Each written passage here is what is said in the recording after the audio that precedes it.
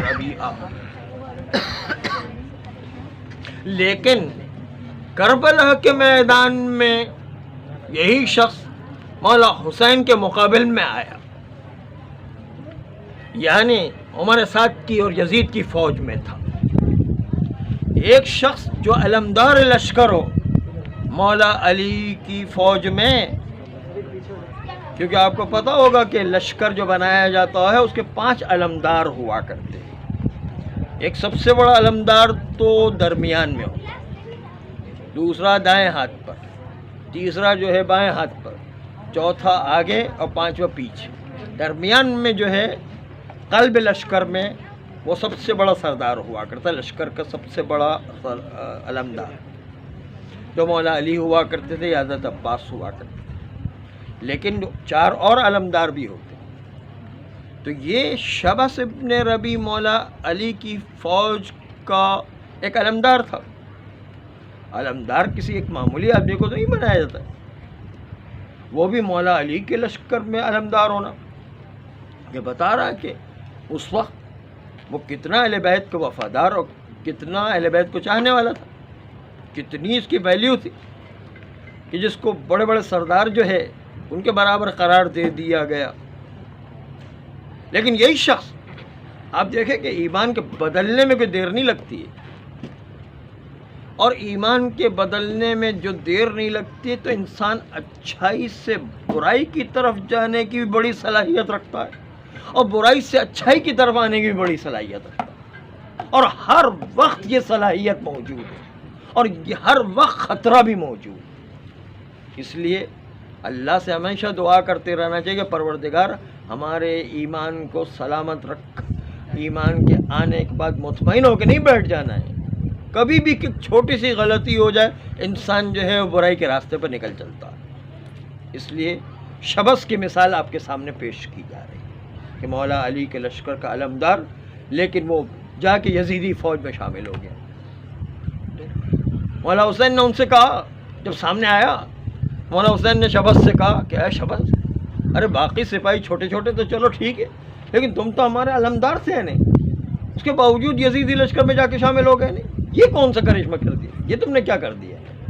ताज्जुब की बात है ना कि तुम तो पहले हमारे अलमदार लश्कर थे, फिर जाकर के यजीदी फ़ौज में मिल गए। उसने बताया क्या कहा, बड़ा अजीब जवाब दिया। कहा हाँ, आपके बाबा जो अली मुर्तज़ा है उन्होंने मुझ पर जादू कर दिया था, मुझ पर हिप्नोटाइज़ कर दिया था, मेरा ज़हन ही काम नहीं कर सका, और मुझे तब्दील कर दिया था, मेरी समझ ही में नहीं आया, इसलिए जो है मैं जो है मौला अली के लश्कर में था।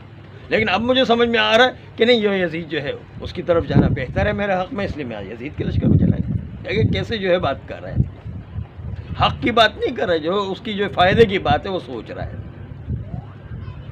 ये बात यहाँ तक होती तो फिर भी जो है काबिल बर्दाश्त थी कि चलो एक 20 साल पहले मौला अली के लश्कर में था, अब जो करबला में 20 साल के बाद जो है वो यजीद के लश्कर में चला गया, चलो कोई बात नहीं। इतनी हद तक फिर भी आदमी की समझ में आता है कि भाई हालात 20 साल के अंदर बड़े तब्दील हो जाया करते। लेकिन बात सबसे बड़ी जो है वो अर्ज़ करनी वो ये है, इसके ऊपर आप गौर कीजिएगा जो अब आ रही है बात, कि मस्जिद कूफा जब मौला अली की हुकूमत थी तो वहाँ पर बड़ा रश रहा करता था, क्योंकि कूफा की मस्जिद की बड़ी फजीलत हुआ करती है। तो नवाही इलाके के लोग भी यहाँ पर आया करते थे और थोड़ी गलती करते कि अपने अव्वल वक्त को अपने इलाके की मस्जिद को छोड़ कर जो है मस्जिद कूफा में आया करते।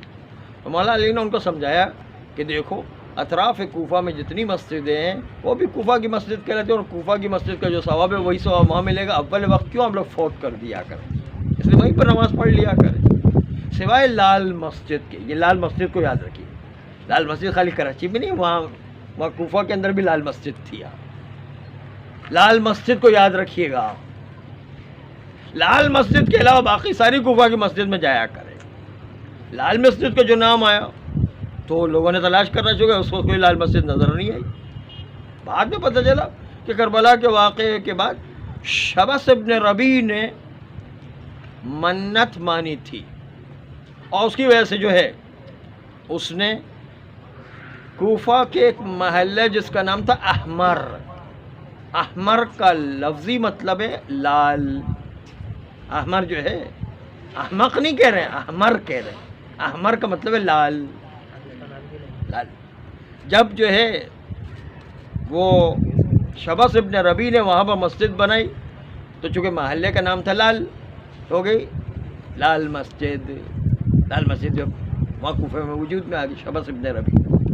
تو لوگوں نے پوچھا کہ بھائی آپ نے ابھی اتنی عمر گزرنے کے بعد جو ہے مسجد کیوں بنائی، پہلے کیوں نہیں بنا لی؟